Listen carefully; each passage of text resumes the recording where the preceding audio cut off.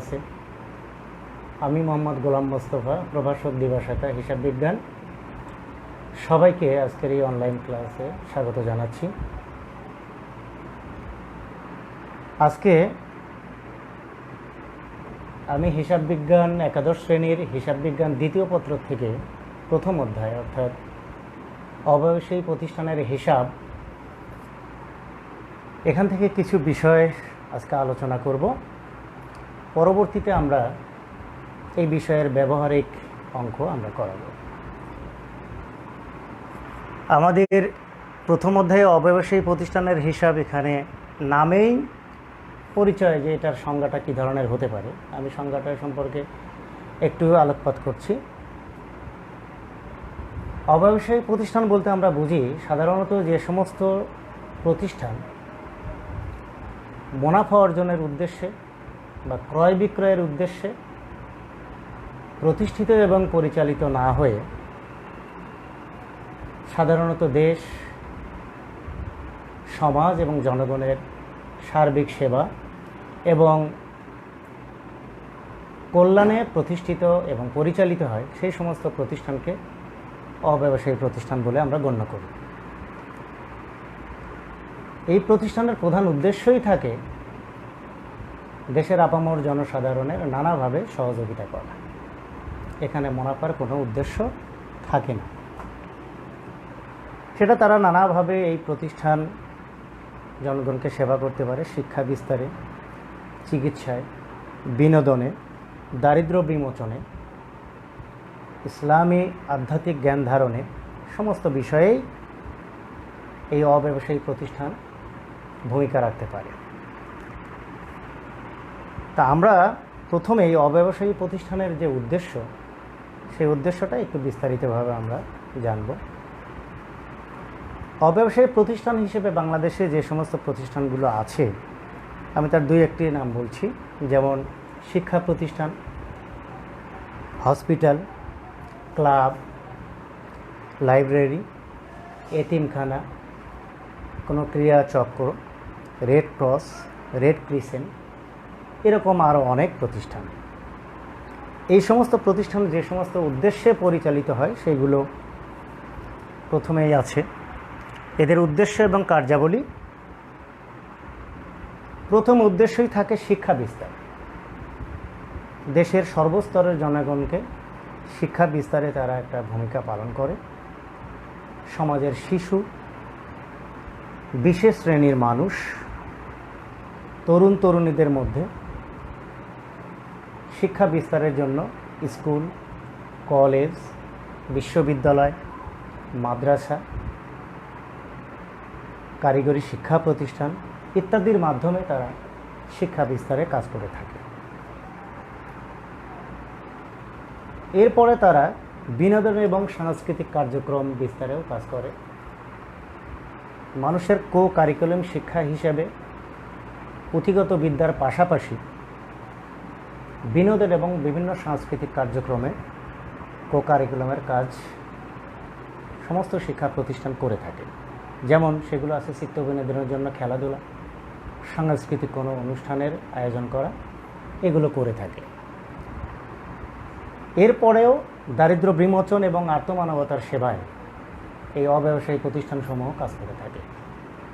সেটা কিভাবে করে থাকে? আমরা জানি বাংলাদেশে বিভিন্ন সময়ে বিভিন্ন ধরনের মহামারী, এই করোনার মতো, ঘূর্ণিঝড়, ভূমিকম্প, জলোচ্ছ্বাস, বন্যা, খরা, এগুলো প্রতিনিয়ত লেগেই থাকে। এই সমস্ত ক্ষেত্রে জনগণকে সাহায্য সহযোগিতা করার জন্য আর্তমানবতার সেবায় তারা বিভিন্নভাবে সহযোগিতা করে থাকে। খাদ্য সহযোগিতা, পুনর্বাসন, বিনামূল্যে চিকিৎসা, দরিদ্র এবং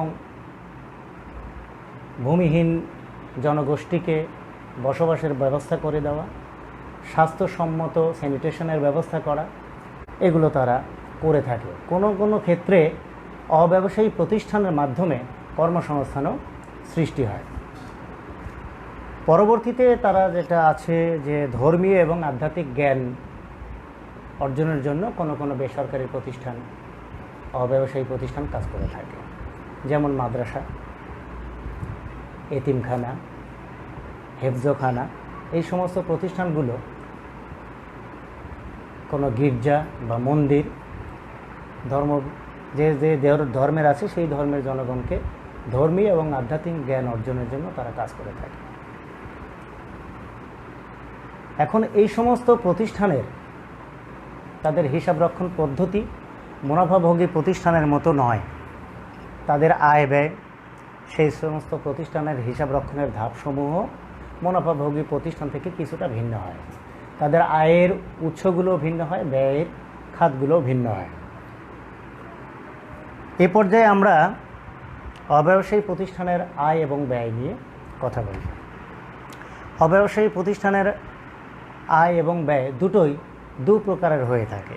অব্যবসায়ী প্রতিষ্ঠানের আয় দুইভাবে হয়, মূলধন জাতীয় আয় এবং মুনাফা জাতীয় আয়। মূলধন জাতীয় আয় অব্যবসায়ী প্রতিষ্ঠানের ক্ষেত্রে কোনগুলো হতে পারে? যেমন সরকারি বা কোনো সংস্থার থেকে এককালীন অনুদান প্রাপ্তি, এটা মূলধন জাতীয় আয়।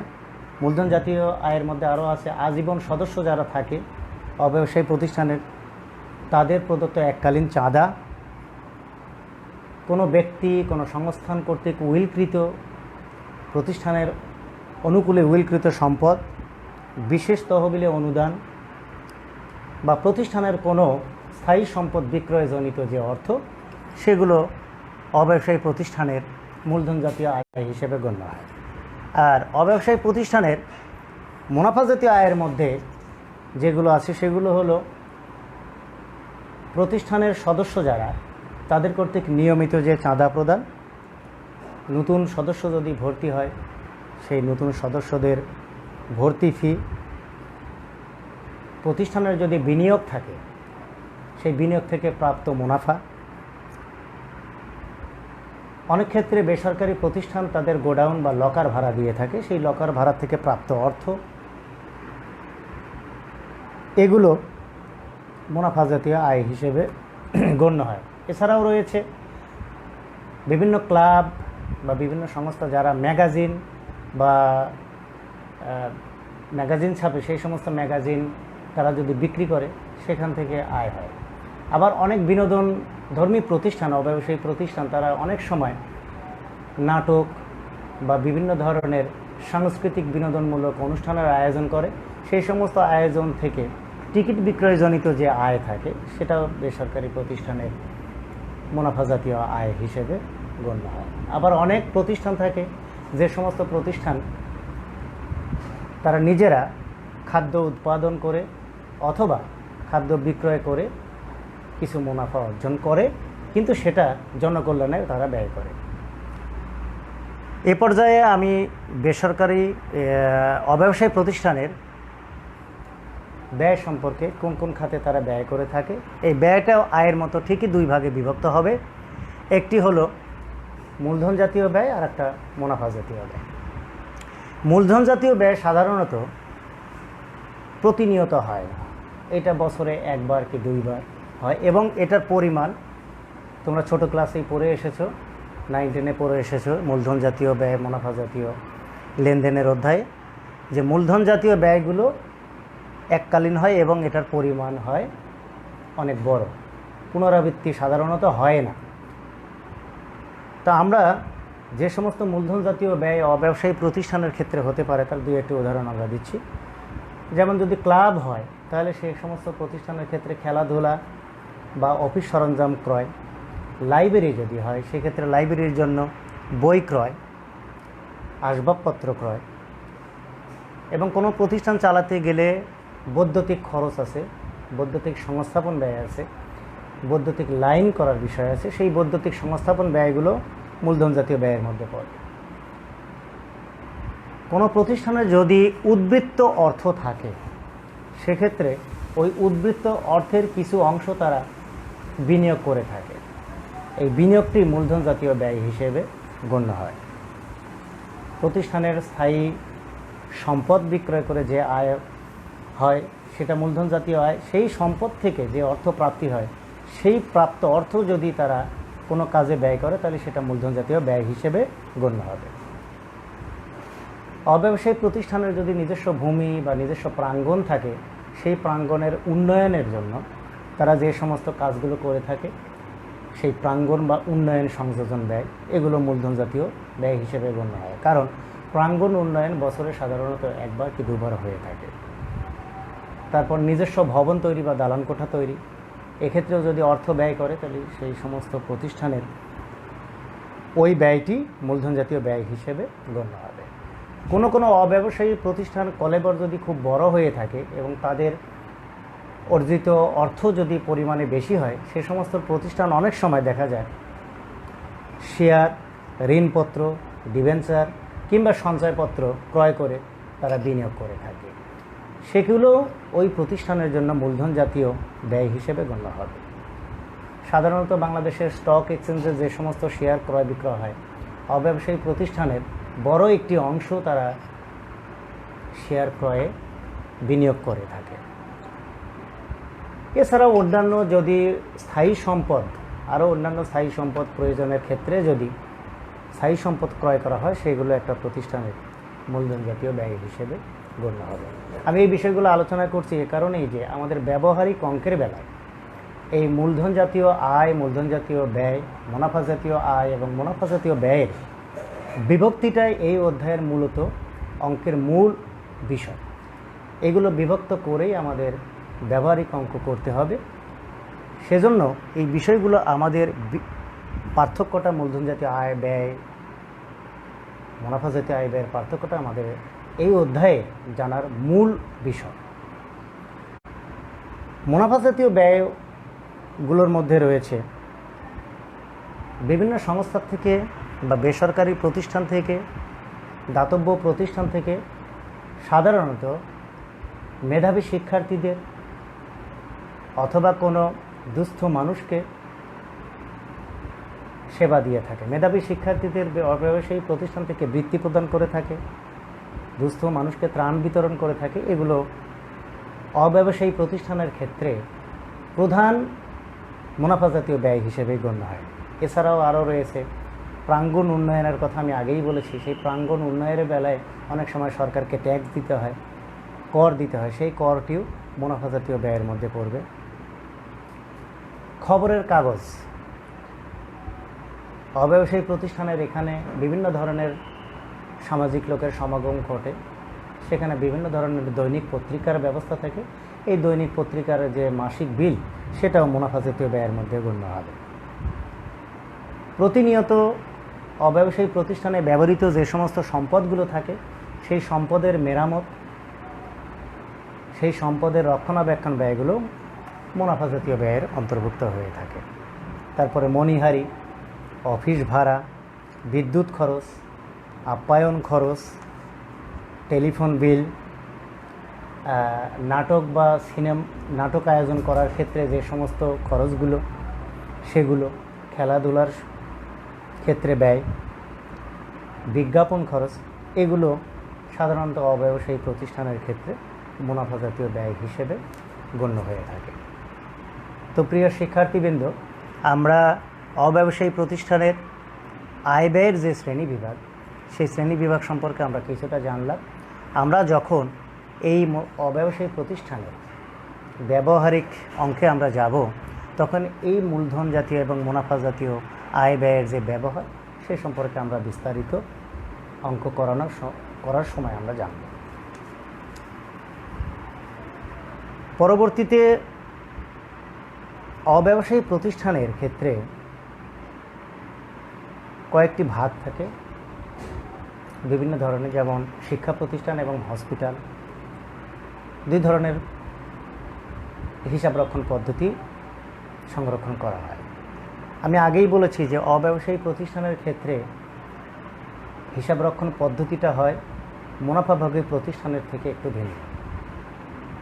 তো আমরা অব্যবসায়ী প্রতিষ্ঠানের যে হিসাব রক্ষণের ধাপগুলো রয়েছে, সাধারণত তিনটি ধাপে অব্যবসায়ী প্রতিষ্ঠানের হিসাব সংরক্ষণ করা হয়ে থাকে। প্রথম পর্যায়ে থাকে প্রাপ্তি প্রদান হিসাব, পরবর্তীতে আয় ব্যয় হিসাব, এবং সর্বশেষে ওই প্রতিষ্ঠানের আর্থিক বছর শেষে আর্থিক অবস্থার বিবরণী প্রস্তুত করা হয়।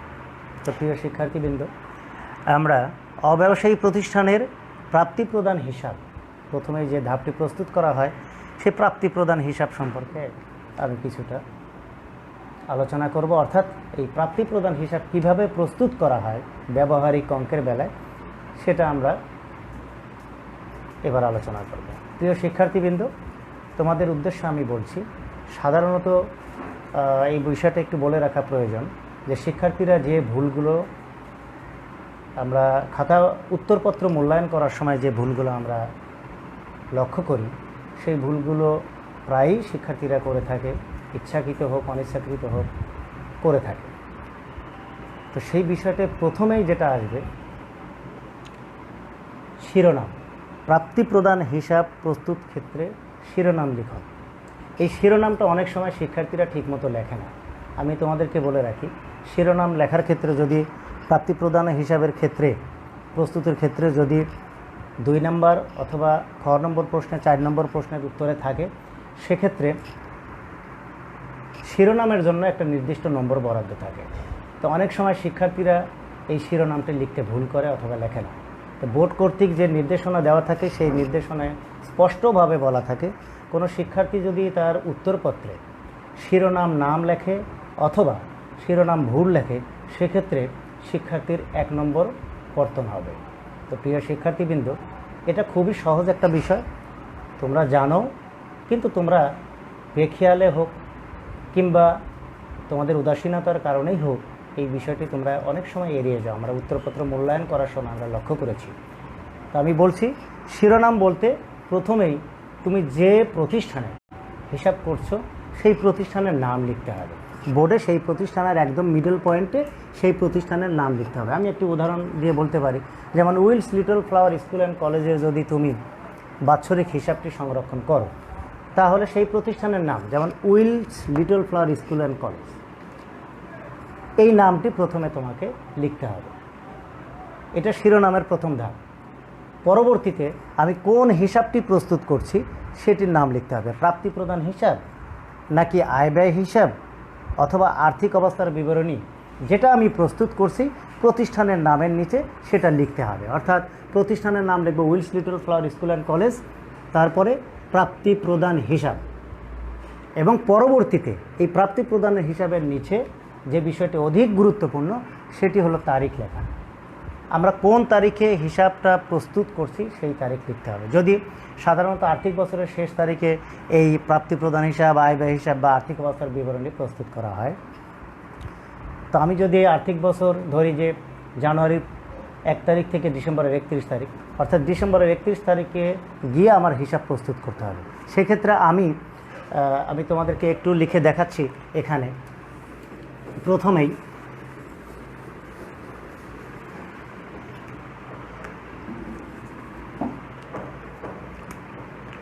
আমি যদি একটা উইলস লিটল ফ্লাওয়ার স্কুল লিখতে বড় সময় লাগবে, আমি একটু ছোট্ট নাম লিখছি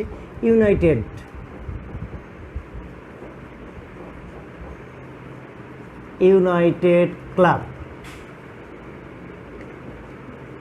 এটি প্রতিষ্ঠানের নাম।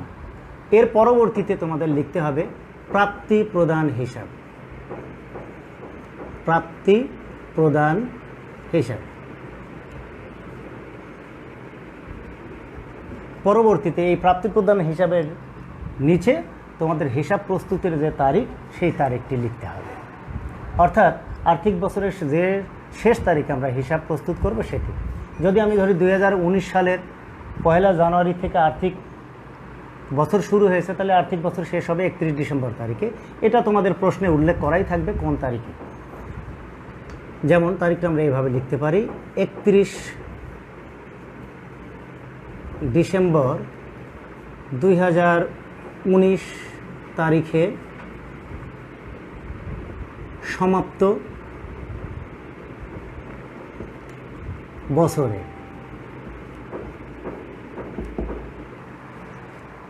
এই বিষয়টি যে বলা হয় হিসাব শিরোনাম। প্রিয় শিক্ষার্থীবৃন্দু, এই জিনিসটি আমি আগেও বলেছি তোমরা সবাই জানো, কিন্তু এই বিষয়টি অনেক সময় তোমরা লেখো না বা এড়িয়ে যাও। সাধারণত শিক্ষার্থীরা যেভাবে স্টার্ট করে, এখানে লেখা থাকে 1 নং ক, লেখে যে ইউনাইটেড ক্লাবের প্রাপ্তি প্রদান হিসাব প্রস্তুত করা হলো। এটি সঠিক হিসাব শিরোনাম নয়। হিসাব শিরোনামটা সঠিকভাবে লিখতে হবে এভাবে। তো প্রিয় শিক্ষার্থীবৃন্দ, তোমরা এভাবে শিরোনামটি অবশ্যই লিখবে। পরবর্তীতে এর নিচে যেভাবে ঘর করতে হয়, ঠিক যে ছকটা আছে সেই ছকটা আমি একটু তোমাদেরকে দেখিয়ে দিচ্ছি।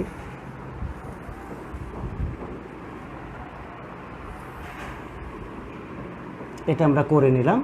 এই ঘরটাকে প্রথমে দাগ দিয়ে আমরা দুটো ভাগে ভাগ করে নেব, একটি ডেবিট সাইড, একটি ক্রেডিট সাইড। তোমাদের পাঠ্য যে বই আছে সেই বইতে এখানে টাকার ঘর একটি দেখানো আছে।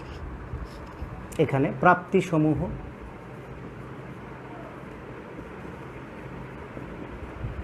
টাকা টাকা, প্রদান সমূহ, এখানে টাকার ঘর দুটি হবে, টাকা টাকা। তো প্রিয় শিক্ষার্থীবৃন্দ, তোমাদের যে পাঠ্য বই আছে সেক্ষেত্রে উভয় পাশে টাকার ঘর একটি দেওয়া আছে, এখানেও একটি দেওয়া আছে, ওখানেও ওই পাশেও একটি দেওয়া আছে। তো তোমরা একটি দিয়ে করবে না, দুটি টাকার ঘর দিয়ে করবে।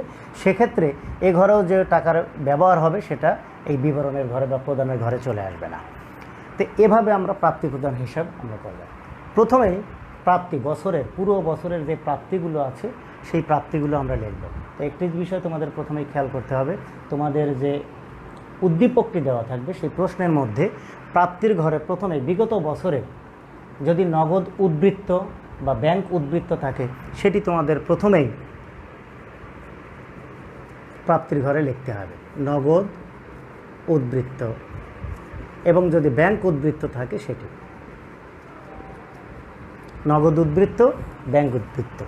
অর্থাৎ এটা হলো বিগত বছরের শেষ তারিখে তোমার কাছে যে নগদ টাকা ছিল বা ব্যাংকে যে টাকা জমা ছিল সেই টাকাটা এবছরে ব্যালেন্স সিডি হিসেবে, এবছরের শুরুতেই প্রাপ্তি হিসেবে দেখাতে হবে। এটা তোমাদের উদ্দীপকে দেওয়াই থাকবে। এই বিষয়টি প্রথমেই লিপিবদ্ধ করে নিতে হবে। এরপরে হিসাব বের প্রাপ্তির মধ্যে যে বিষয়গুলো থাকে সেগুলো আমরা লিখব। যেমন মূলধন জাতীয় প্রাপ্তি আমি আগেই আলোচনা করেছি, মূলধন জাতীয় যে আয়গুলো, সেই মূলধন জাতীয় যে প্রাপ্তিগুলো থাকবে সেই মূলধন জাতীয় প্রাপ্তিগুলো আমরা এখানে পরপর আমরা লিখব। তবে এখানে শিরোনাম উল্লেখ করে দেওয়াটাই সবচেয়ে বেটার। মূলধন জাতীয় প্রাপ্তিগুলো লেখার পরে আমরা মুনাফা জাতীয় প্রাপ্তিগুলো এখানে লিপিবদ্ধ করব।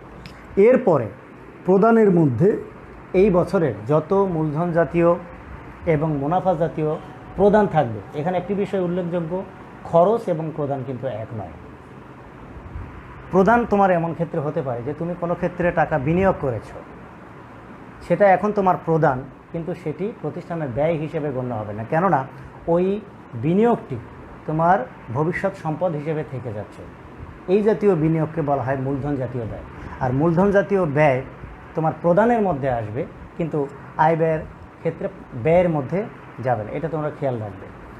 এভাবে আমরা প্রাপ্তি এবং প্রদান হিসাব যেগুলো আইটেমগুলো থাকবে লেখার পরে আমার সবসময় প্রাপ্তি প্রদানের হিসাবে প্রাপ্তি সবসময় বেশি হবে প্রদানের চেয়ে। একটা জিনিস মনে রাখবে যে প্রাপ্তি প্রদানের হিসাবের ক্ষেত্রে সর্বদা প্রাপ্তির যে টোটাল যে টাকাটা সেটা বেশি হবে, প্রদানের টাকাটা কম হবে। তো আমরা সর্বশেষে প্রাপ্তির যে টাকাটা সেটা আমরা যোগ করব, এখানে যে টাকাটা আসবে সেই টাকাটা যোগ করে আমরা এখানে নামাবো। এই ব্যালেন্সটা আমাদের এখানে চলে যাবে। তোমরা করেছো, একদম 9-10 থেকে করে এসছো খতিয়ান হিসাবের মতো। খতিয়ানের যেভাবে করতে হয় ঠিক সেভাবে এ পাশের অ্যামাউন্টটা আমরা যোগ করবো, এই অ্যামাউন্টটা আমরা এ পাশে নিয়ে যাব। নিয়ে যাওয়ার পর এই পাশে আমাদের যে সমস্ত অ্যামাউন্টগুলো থাকবে এইগুলো আমরা যোগ করব। এইগুলো যোগ করার পরে তোমরা এই মোটের থেকে এই টোটালটা বিয়োগ করার পরে সর্বশেষে আমরা যে টাকাটা পাবো, আমার যে বিয়োগফল যেটা থাকবে সেটা থাকবে নগদ উদ্বৃত্ত, অথবা এটাকে 3 নামে অভিহিত করা হয়, হাতে নগদ, অথবা নগদ তহবিল, এইটা আমরা পাবো। ঠিক তোমরা খতিয়ানে যেভাবে ব্যালেন্স সিডি করেছো ঠিক সেভাবে এই হাতে নগদটি বছরের শেষ তারিখে এই হাতে নগদটি আমার থাকবে। এটা আগামী বছরে আমার ব্যালেন্স বিধি হিসেবে নিয়ে যাব। পরবর্তী ধাপে আমরা এই প্রাপ্তি প্রদান হিসাবের মতোই আয় ব্যয় হিসাব আমরা প্রস্তুত করব দ্বিতীয় ধাপে। ঠিক একইভাবে ছকটা একই রকম হবে, শিরোনাম একই হবে। এখানে প্রাপ্তি প্রদানের জায়গায় শুধুমাত্র আমরা লিখব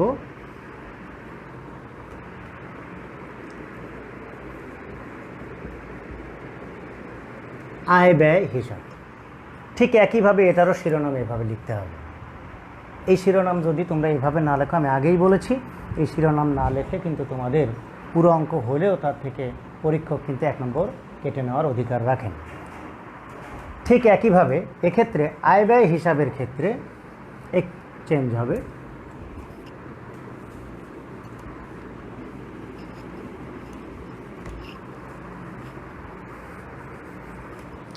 আয় ব্যয় হিসাবের ক্ষেত্রে ক্রেডিট পাশে আসবে আয়সমূহ, ডেবিট পাশে আসবে ব্যয়সমূহ। ঠিক একইভাবে ইউনাইটেড ক্লাবের এই বছরে আর্থিক বছরে যত মূলধন জাতীয় আয় কিংবা মুনাফা জাতীয় আয় থাকবে সকল আয়গুলো আমরা এখানে নিয়ে আসব। নিয়ে আসার পরে এই প্রতিষ্ঠানের যে ব্যয়গুলো থাকবে এই ব্যয়গুলো আমরা এ পাশে বসাবো।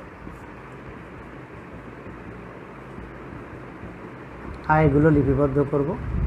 ঠিক একইভাবে এ পাশে আমার আয় যাবে, আয়গুলো লিপিবদ্ধ করব। লিপিবদ্ধ করার পরে এক্ষেত্রে মনে রাখবে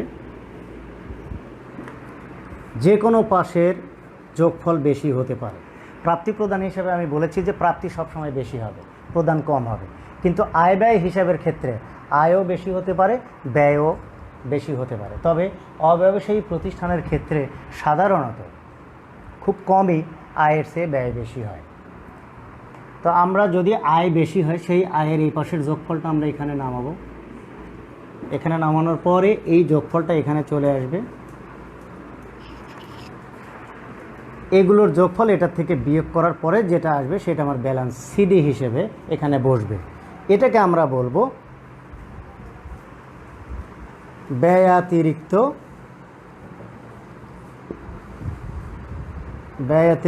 আয়। ব্যয়াতিরিক্ত আয় হিসেবে আমাদের গণ্য হবে। এর পরবর্তীতে আমরা তৃতীয় ধাপে আমরা প্রস্তুত করব আর্থিক অবস্থার বিবরণী। ঠিক একইভাবে শিরোনাম শুধুমাত্র এখানে আমরা লিখব আর্থিক অবস্থার বিবরণী।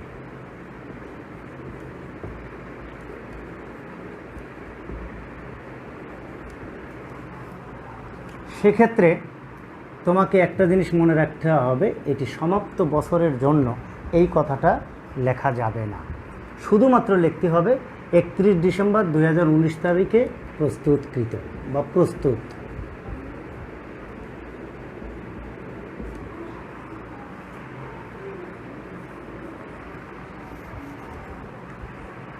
এ পাশে আমার আসবে সম্পদসমূহ, এই পাশে আসবে দায়সমূহ। তো আর্থিক বছরে ওই ইউনাইটেড ক্লাবের যত সম্পদ আছে সেই সম্পদগুলো আমরা এই পাশে বসাবো এবং যত দায় আছে সেই দায়গুলো আমরা এই পাশে বসাবো। তোমরা জানো 9-10 থেকে এই আর্থিক বিবরণী করে আসছো। আমরা জানি যে বছরের শেষ তারিখে এসে সম্পদ এবং দায়ের যোগফল টোটাল একই হবে। যদি একই হয়ে যায়, যদি মিলে যায়, তাহলে বুঝবে যে তোমার অঙ্ক এই যে যোগফল, এটার যোগফল এবং এটার যোগফল দুটো একই হবে। যদি মিলে যায় তাহলে বুঝবে তোমার অঙ্ক সঠিক হয়েছে। তো প্রিয় শিক্ষার্থীবৃন্দ, আজকে আমরা এই অব্যবসায়ী প্রতিষ্ঠানের কিভাবে করতে হয় একটু ছক সম্পর্কে আমরা আলোচনা করেছি। কারণ হিসাব বিজ্ঞানের বেলায় ছক করাটাও অনেক গুরুত্বপূর্ণ বিষয়। অনেকেই ছক সঠিকভাবে করে না, যে কারণে অঙ্কেরও তোমরা ঠিকভাবে করতে পারো না। তো এই শখগুলো আমরা যেভাবে করতে হবে, কোন কোন ধাপে অঙ্ক করতে হবে, সেটা আমরা আজকে আলোচনা করলাম। তো প্রিয় শিক্ষার্থীবৃন্দ, আগামী ক্লাসে আমরা ব্যবহারিক অঙ্কে চলে যাব। তো সে পর্যন্ত সবার সুস্থতা কামনা করে, সবাই ভালো থাকো এই মহামারীর সময়ে, করোনার সময়ে, তোমাদের সুস্বাস্থ্য কামনা করে এবং সবার জন্য আল্লাহর কাছে দোয়া চেয়ে আজকের মতো আমি এখানে শেষ করছি। আল্লাহ হাফেজ।